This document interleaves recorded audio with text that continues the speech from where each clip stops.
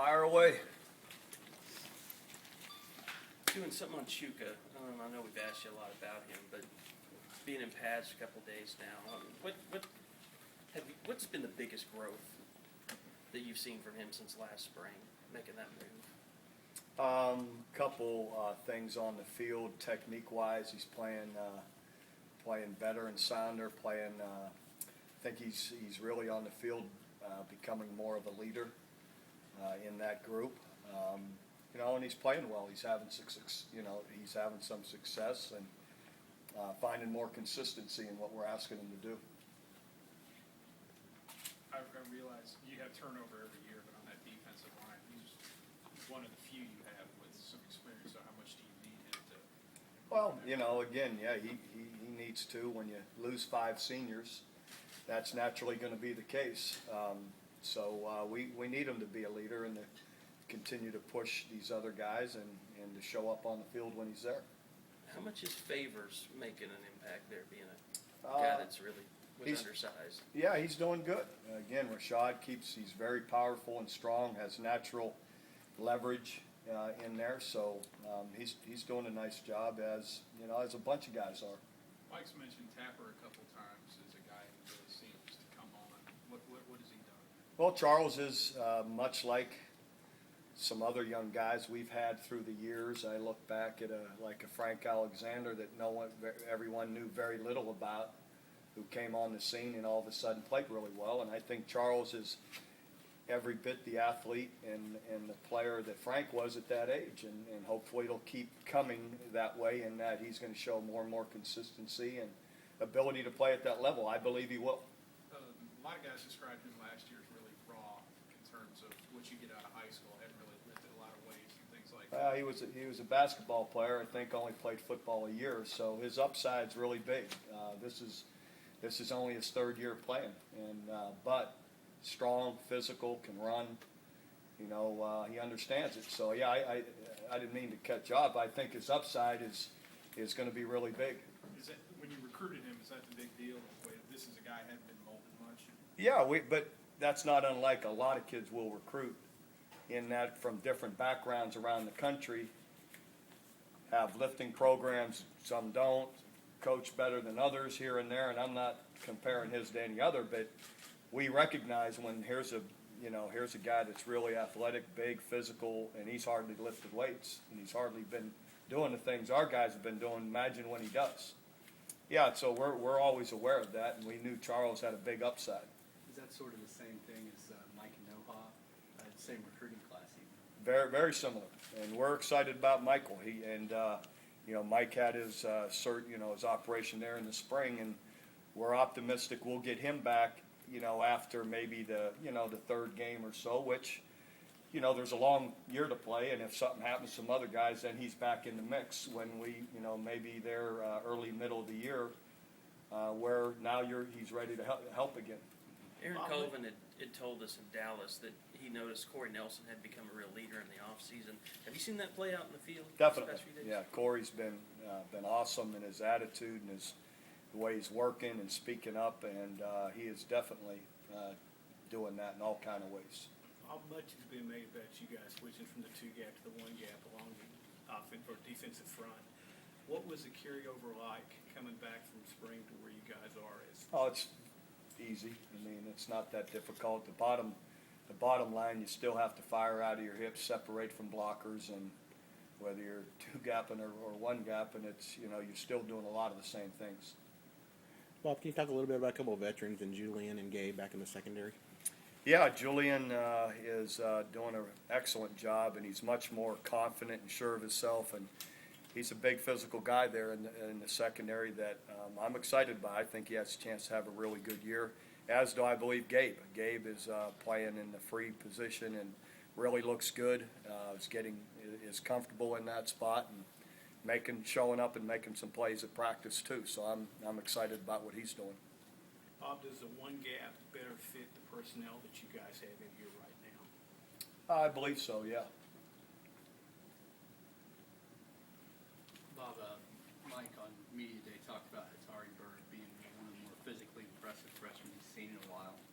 Can you talk a little bit about him and kind of what your impressions have been of him early on? Yeah, definitely. He's a guy that, has the size, has the quickness and speed to run and hit and cover. So so he's definitely, as is Ahmad. Thomas is a big physical guy, but, these other young guys are, a bunch of those guys back there, they I guess with their size, they have, you can tell they could step right in and look the part and play the part. But the other corners and the other guys around them, young guys, are also doing well. They're a good-looking group. Stan Bond's doing good, LJ, and on and on. It's a good group. You notice a difference in the way practice goes without having a Landry Jones that had been here for this long? You see those guys kind of being forced to develop a little bit more poise, a little bit more leadership in Blake and Trevor throughout Well, practices? I'm trying to follow your question in that.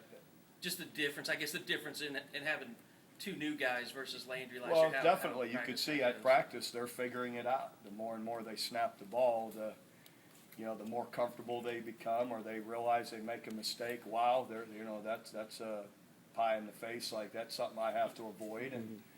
And where Landry, he had been through that, and so he had very few of those. And so as far as the way we practice and all is all the same, but that does show up. I'm sitting back there, paying attention to it, and you could see them processing every play, the ramifications of what they didn't do, but that's natural, that's why you just keep snapping it, and hopefully, you get them more and more comfortable with what you want them to do. Is that something you can kind of judge these guys on, as in, this Oh, guy's yeah. starting to look more like Landry now? Oh, You know definitely. that'll Who's play out looking in more game. and more poised and comfortable, and who avoids those really bad plays, that really hurt you. Mike said something about 10 or 17 points wasn't realistic anymore defensively in this conference. Well, I don't think it is anywhere. I guess my question to you is, points aren't always the best barometer of how the defense plays. Sometimes things happen, you give up points in such different situations. But what is realistic anymore? What's your expectation? Whatever wins the game. I've felt that way. My defensive coordinator, going all the way back, Bill Brazier, one of the best it's ever been. It goes all the way back to my years in 1980 when I was playing. Sometimes you win 11-12 or 7-6, which we did, by the way, beat Michigan at Michigan 7-6. And sometimes you have to win 49-50, whatever it is, as long as you win. And so it can be different. What was the lowest last year? What was the lowest you guys at? No, total, scoring defense. I'm just wondering. Does anybody know? Come on. Big 12? No, I'm talking the whole country. Alabama, wasn't it? What was it? I'm just wondering how many points. 14, 17, something. 14 or 17?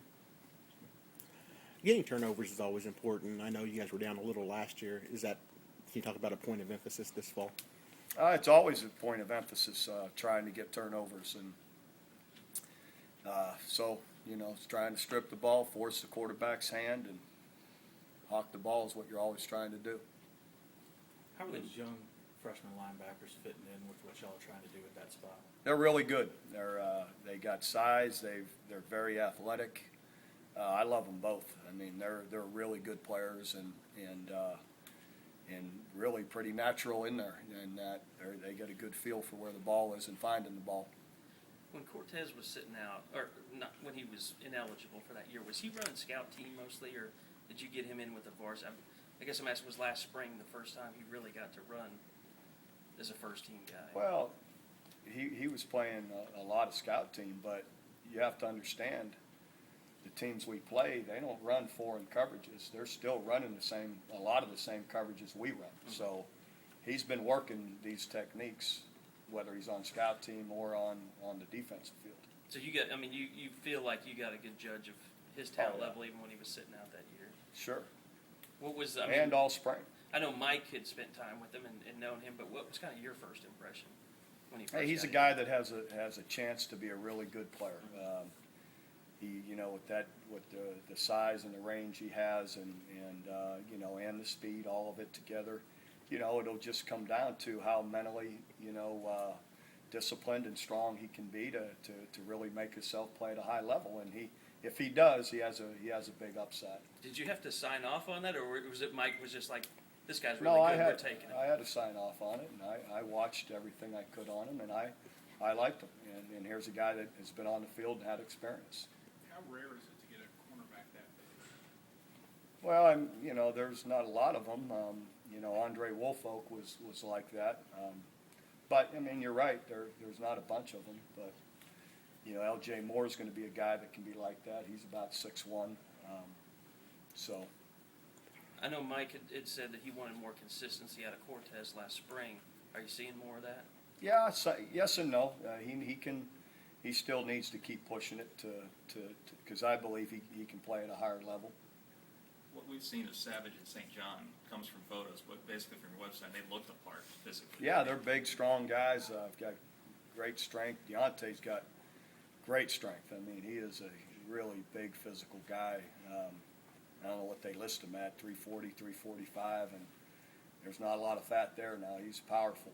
So, and Josiah's doing good too.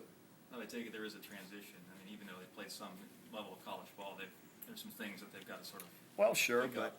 as well as get comfortable with everything we're doing and all of our calls too. But they're working at it, really hard and doing well with it. Are you using them at guard and tackle, or just inside? Deontay just inside and Josiah at outside.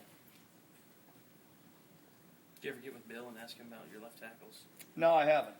Yeah, but all those guys, I don't. They're all interchanging. A lot of times, heck, we have two groups going at once.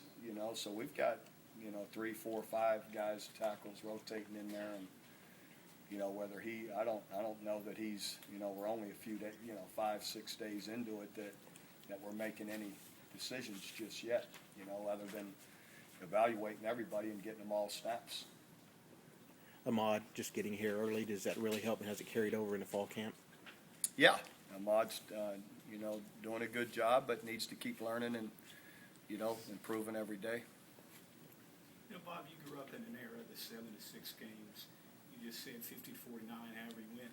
How much of a change of thinking has that been for you, the way that the offenses have really taken over the last 5 or 10 years? Well, there's not a change of thinking. The game's constantly evolving, and you have to keep working and evolving with it, and so that's what you're trying to do, and so you have to be realistic too, in the number of snaps you're getting, and like I said, offensively, if you're going to go at a fast tempo, you need to stay on the field, and otherwise, I knew, like I said, when we went to this, that defense statistics were going to change. But as long as you win, and the year we did it, we went to the national championship game. So anyway, I don't know. It's something that you're always, paying attention to. Are there things about the high pace that concern you, I guess? Talking about the defense, and I guess do things about it concern you? Nothing other than staying on the field. When you have a second half like we did against A&M, where you're 3 and out or less than that, 5 straight series, you're not gonna win. When you're putting the defense back out there in those situations, so it's they go hand in hand. You've got to stay on the field and operate too. You mentioned DJ's situation yesterday. Everyone else to this point healthy? Yeah. Nothing. Trying to think. Yeah, nothing. A guy nicked here or there that misses a day, but nothing to speak of. All right. Nothing new on Russell yet.